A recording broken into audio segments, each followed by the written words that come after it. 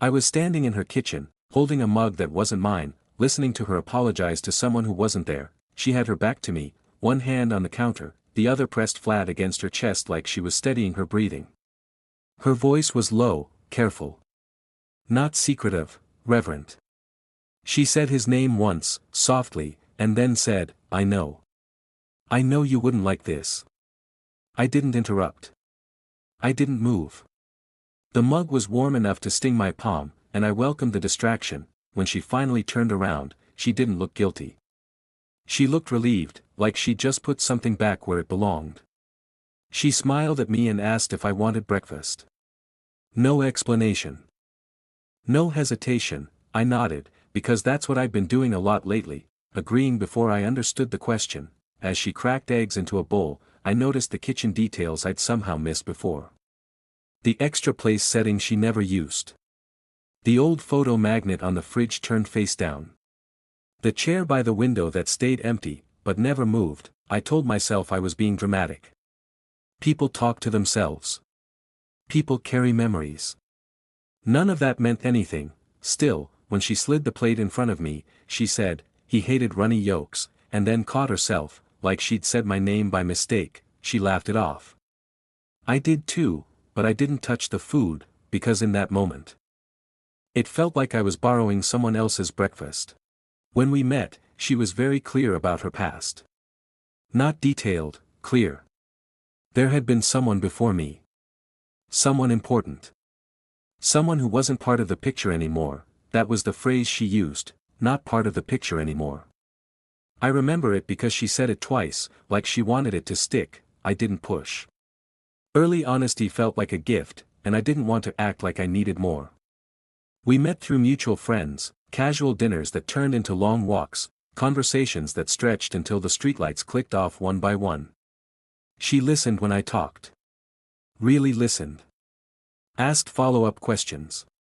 Remembered small things I'd mentioned in passing. It felt grounding. The first few months were easy in a quiet way. No fireworks, just a steady sense of being chosen. She'd reach for my hand automatically. She'd text me photos of mundane things, a crooked sign, a dog that looked grumpy. When I stayed over, she cleared half the closet without me asking. There were boundaries, though. Entire rooms she never talked about. Certain topics that made her eyes glaze just slightly, like she was stepping back behind glass. If I asked about old memories, she'd redirect with a joke or a kiss. I told myself that was normal. Everyone has sealed boxes. Sometimes, late at night, she'd wake up suddenly and sit upright, breathing fast. I'd ask if she was okay. She'd say yes before I finished the sentence. Then she'd apologize, even though nothing had happened. I thought it was grief. Or stress. Or just the residue of a life lived before me. What I didn't consider was that maybe I wasn't stepping into her future, maybe I was being fitted carefully into a space that was already shaped. I tried to be good at loving her, not in a performative way. I mean in the quiet adjustments you don't announce. I learned how she took her coffee without asking. I memorized the exact pressure she liked on her shoulders when she was tense. I stopped playing a certain playlist in the car because she once went silent halfway through a song and stared out the window for the rest of the drive. She never asked me to change it. She didn't have to. There was comfort in being useful to someone you care about. It made me feel steady, like I had a role that mattered. When she introduced me to people, she'd put a hand on my back, grounding herself as much as me. When she talked about plans, she said we easily. Still, there were moments that felt slightly off, like a picture hung a few degrees crooked. She never posted photos of us. Said she liked keeping things private. She never let me meet certain friends from that time. When we argued, she'd go quiet instead of engaging, like conflict was something to be survived rather than resolved. Once, during a rare disagreement, she said, "I promised myself I wouldn't do this again," and then immediately apologized, as if the sentence had slipped out without permission. I asked her what she meant. She shook her head and smiled too fast. "Nothing. Just old stuff." I accepted it, because pushing felt selfish. Because I didn't want to be the person who demanded proof that he mattered. I thought patience was the same as understanding, and for a while, that belief carried me. The unease didn't arrive all at once. It leaked in through details. She had rules that didn't quite make sense. Certain restaurants were off limits, but she never explained why. A specific month of the year always came with a dip in her mood, like a scheduled outage. If I asked to plan anything too far ahead during that time, she'd ask me to wait, just for a bit, like she was checking with an internal calendar I couldn't see. One night, we were cleaning up after dinner. I reached for a dish towel, and she stopped me mid-motion. "Not that one," she said quickly. I froze, towel half lifted. "Why?" She hesitated. Just a second too long. It was his. The word landed between us, heavy but undefined. His could have meant anyone. A brother. An ex. A roommate from years ago. I nodded and put the towel back, feeling oddly embarrassed, like I'd touched something sacred without knowing the rules. After that, I started noticing how often she compared moments to something else. Not out loud, exactly. More like measuring.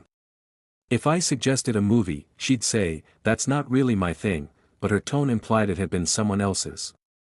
If I reacted emotionally, she'd stiffen, then relax, like she was checking my response against a remembered template. I asked her once, carefully, if she felt fully present with me. She looked surprised. Then hurt. Then tired. "Of course I am," she said. "Why would you ask that?" I didn't have a clean answer. Just a growing sense that I was being evaluated against a standard I'd never been told about. The first real crack showed up disguised as kindness. She gave me a jacket for my birthday. Dark, structured, heavier than anything I usually wore. It wasn't really my style, but it fit perfectly, like it had been tailored with more certainty than guesswork. When I put it on, her expression shifted. Not excitement. Not attraction. Something closer to relief. "It looks good," she said, exhaling like she'd been holding her breath. I asked how she knew my size. She said she guessed. Later that night, I found an old photo while looking for a charger in her desk drawer. I wasn't snooping, it was right there, face up, like it had been waiting to be noticed. A man stood in a mirror wearing the same jacket. Same cut. Same color.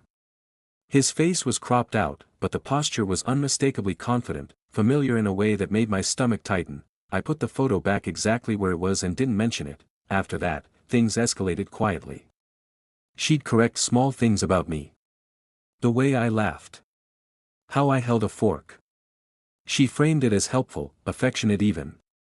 "He used to do it this way, it's easier," slipped out once before she could stop herself. She apologized immediately.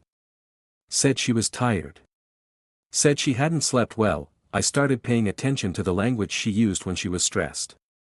The phrases that didn't belong to me. The expectations I hadn't agreed to but was somehow failing. I wasn't jealous. Not exactly. I was confused about why I felt like I was auditioning for a role that had already been cast, and the worst part was how normal it all seemed on the surface. No shouting. No secrets exposed. Just a slow erosion of the sense that I was being seen for who I actually was.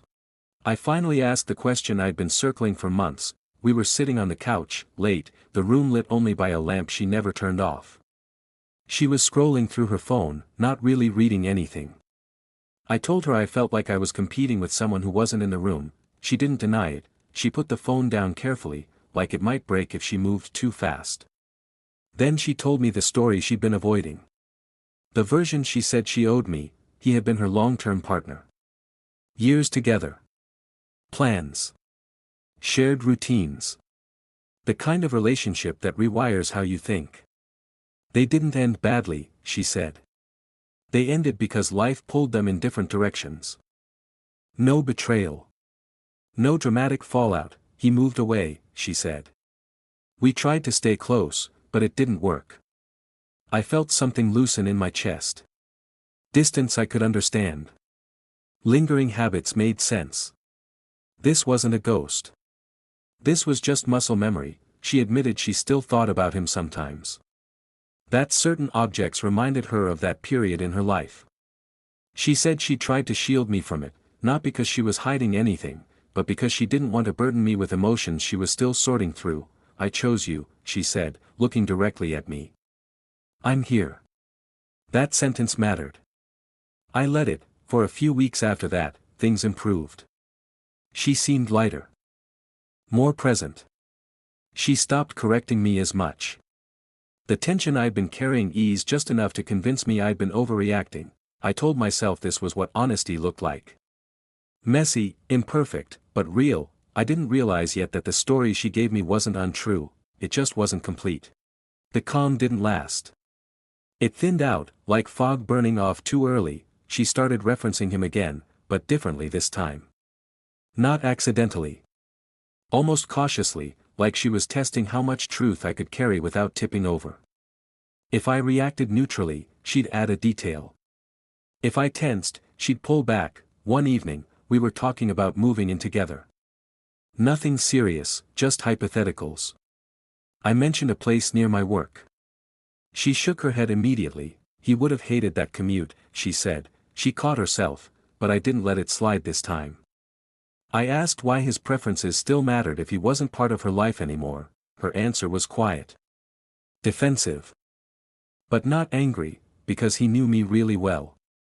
That sentence sat with me in a way the others hadn't. It wasn't about missing him. It was about authority. About who got to define what worked for her. I started replaying past moments with new context.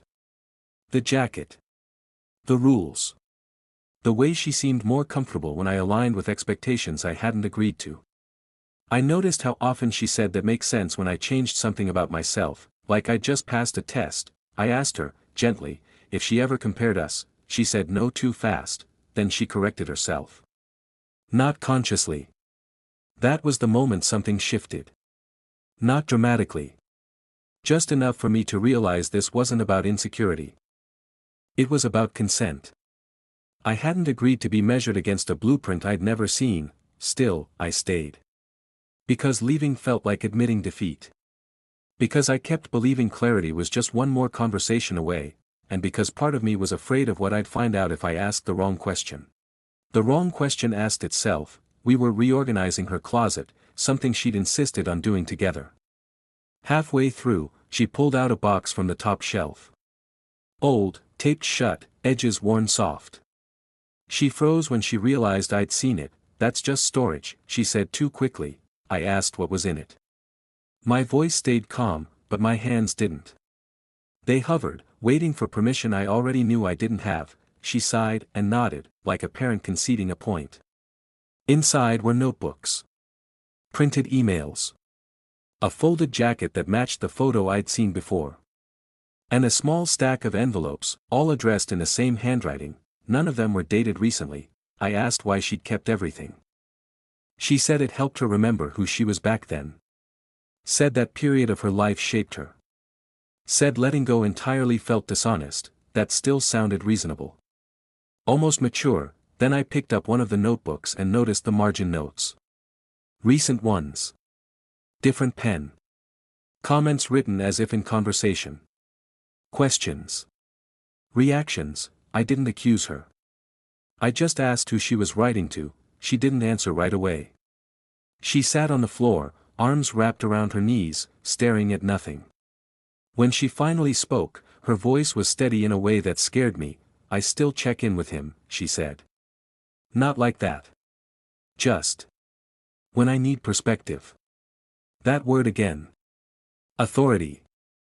Disguised as wisdom, she insisted nothing inappropriate was happening. No flirting. No plans. Just occasional messages. Emotional touchstones. I asked how often. She shrugged. When it matters. I realized then that this wasn't about someone who'd left, this was about someone who'd never stopped having a vote. I asked her why she hadn't told me sooner. She said she didn't think it was relevant. That the relationship was over, and what remained was more like consultation.